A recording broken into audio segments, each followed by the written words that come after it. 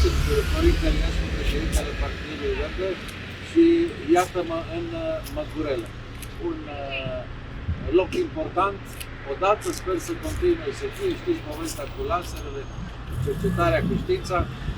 Partidul Verde se va ocupa cu siguranță și cu cercetare, pentru că e cenușăreasa investițiilor românești de 30 de ani, într-o țară care de vreo 100 și ceva de ani a mai atras atenția lumii, tocmai pentru că a mai inventat una, a mai inventat alta.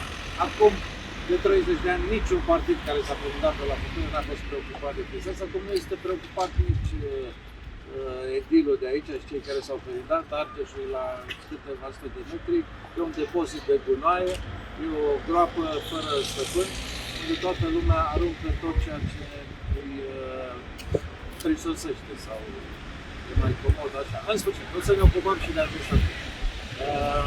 Alături de mine am o parte din consilierii municipali și județeni. Îl am pe domnul Vlad Cristian Soare, candidatul Partidului Verde pentru președinția Consiliului Județean Ilfov, și pe Mircea Menicov, candidatul nostru pentru primăria Măgurele. Dacă dumneavoastră doriți ca lucrurile Măgurele să meargă exact așa, dacă ar trebui să filmăm un film așa de prin anii 80, este locul potrivit. Dacă doriți să mai miște lucrurile, atunci puteți să ne verificați.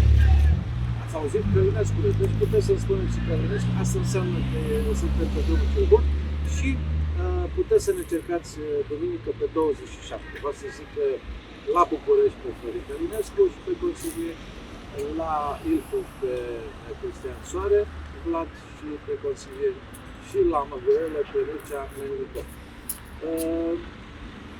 Mai multe nu pot să vă spun, pentru că noi suntem un partid care nu promite mare lucru, dar încercăm să le rezolvăm pe toate. Deci, duminică pe 27 vă doresc o întrevedere cât mai productivă și pe dumneavoastră și pentru noi și multă sănătate.